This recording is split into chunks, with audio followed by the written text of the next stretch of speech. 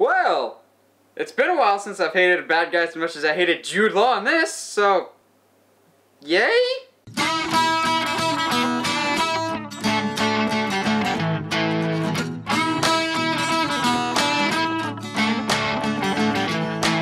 Hey movie fans! King Arthur Legend of the Sword is the latest incarnation of the classic King Arthur character. Now we've gotten a ton of King Arthur variations over the years. How does this one hold up? First of all, I want to go into more detail. I grew up loving King Arthur. That was one of the stories that I read time and time again, along with Robin Hood, 20,000 Leagues Under the Sea, Treasure Island. I read those to death. So when I heard that Guy Ritchie, who directed Sherlock Holmes, was going to be directing a King Arthur movie, I was like, yes! Now, it feels like this movie has been in development for a long time. I remember hearing about this a while back. I was excited for it then. I was excited for it now. Well, if it took this long to produce, it probably could have gone back in the oven for a little bit longer, because this one is interesting, to say the least. But because I'm a positive person, we're going to start with the positives. Because it's a Guy Ritchie movie, you know it's going to have a lot of quippy dialogue of characters just bantering back and forth really quick. For me personally, I love that. At times that really worked in that. I know that some people are just about that. For me, it really worked. As well as some of the editing choices. More so in the first half than the second half. I actually kind of liked some parts of it. Characters will be talking about something that happened in the past, and it'll cut right to what happened in the past. At times, that really worked. I really liked that dynamic at times. Other times, doesn't really work. Arthur has a flashback scene, in which case you go from age 9 to more or less 29 in literally a minute's time. And it's really jarring and bizarre. It was really weird. But stay on target with the positives. As I mentioned in my Legend of Tarzan review, Djimon Hounsou, I really hope I said your name correctly, really has not put in a bad performance in any movie I've seen him in. He was excellent in Legend of Tarzan. He's excellent in this movie as more or less the one of many assistants and helpers who ultimately become knights. Spoiler alert, I guess? Not really. But he's one of the great helpers to Arthur, and he's fantastic. However, he's not the best role in this movie. That, by far, is Jude Law as the villain. Oh my goodness, I wanted this guy dead within 5 minutes of him being on screen, and he just gets worse and worse. Like, there's those villains that you like because they're kind of cool, and they're just cocky and fun to be around because they just soak up all the scenery, like Moriarty on the TV show Sherlock. This is not that bad guy. This bad guy is straight up evil. Like, he's frustrating. And that's what you want in a good bad guy. You don't want someone that you kind of secretly cheer for. This guy you want dead in the worst possible way. Like Game of Thrones type of death. Speaking of which, there's a Game of Thrones character in here. Just kind of there. He's fine. Charlie Hunnam as King Arthur is also fine. But the thing is, I think anybody probably could have played it, and maybe played it better. Charlie Hunnam is just, he's a fine actor. He's not that great. He's fine in everything. He was fine at Pacific Rim. He was good in Sons of Anarchy. I'll give him that. He was really good in that. This, he's just, I think the film might have been better served with a better lead actor as King Arthur. Yeah, he's okay. Maybe Ewan McGregor? Ewan McGregor as Sir Lancelot in the next movie. Please, make it happen. Just, I don't care what you have to do. I want to see Ewan McGregor as a knight. Again, I know he was Jack in the Giant Slayer, but nobody remembers that one. Lastly, for my positives, it's more on a personal note, but like I said earlier, having grown up reading a lot of the King Arthur stories, there were different aspects of that really jogged my memory. I was like, oh yeah, I love reading about that, or that brought back good memories of me reading the King Arthur story.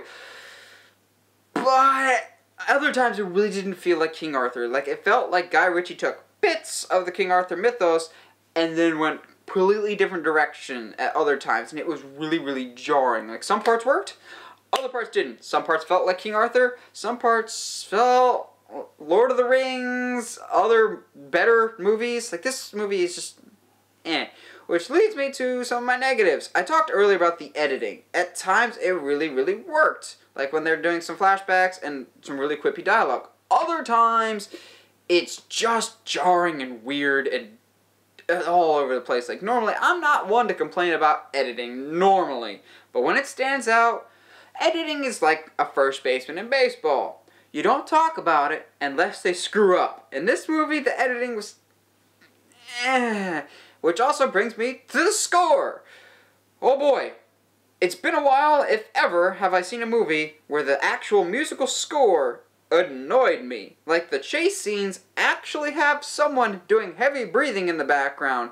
It's supposed to be edgy, I guess. It got annoying, actually, after a while. And while some of the action scenes were pretty enjoyable, others were a bit over the top and not really believable. Which, I know this is a movie, but I don't want to see an OP video game character. It's like when you get a hero power up in a video game and you just squash everyone. It's not that interesting. Plus, there were certain fights that looked more like a PlayStation cutscene for a video game than an actual movie, and it did not look very pretty. Also, for a King Arthur movie, at times, for most of this movie actually, it felt more akin to a Robin Hood movie with the whole outlaws and bandits and being a pain in the side of all the authority and more slummy. It felt much more akin to Robin Hood, which should have worked in my mind, because I loved Robin Hood growing up too. It didn't really work though, because growing up, King Arthur was one thing, Robin Hood was another thing. But watching this movie, I kind of want a King Arthur and Robin Hood crossover. Even if they're different time periods, it would still be awesome, and I would watch it. But it didn't really work in this sense. And it felt more like Robin Hood and less like King Arthur. And King Arthur wasn't that heroic. I'll say that. He was just kind of reluctant. And that could be Charlie Hunnam. Charlie Hunnam looked constantly bored throughout this movie. He just had this bored expression on his face. Lastly, for my negatives, and this is more just me personally. I know it's a weird gripe to have, but there is a female mage that kind of helps them on their journey. Not like wizards, because wizards have been banned or have been outlawed or pretty much whatever else, which explains why there's no Merlin in this movie. Sorry, Merlin fanatics. But she's there. She's a mage helping them, more or less a female wizard. And I, growing up reading the stories, know that there's two main wizards and witches in the world of King Arthur. There's the good one, Merlin, and then there's the evil Morgana Le Fay. This whole time, I thought they would be revealing the mage to be Morgana Le Fay, more or less as like a backdoor to Merlin, who they mentioned a couple times, but he wasn't explicitly in the movie. And they would have her be like, here's your introduction to her, and then maybe she'll turn evil in the next one. They never once say her name. My wife and I, we sat through the credits. We're like, okay, I need to figure out what this girl's name is, because maybe I missed it, and it is actually Morgana. Her name is literally the mage in the credits, and it just really bugged me that they missed this perfectly good opportunity to have another classic King Arthur character, and maybe it was, and we just missed it. But you could have had Morgana Le Fay in the movie, and you chose not to.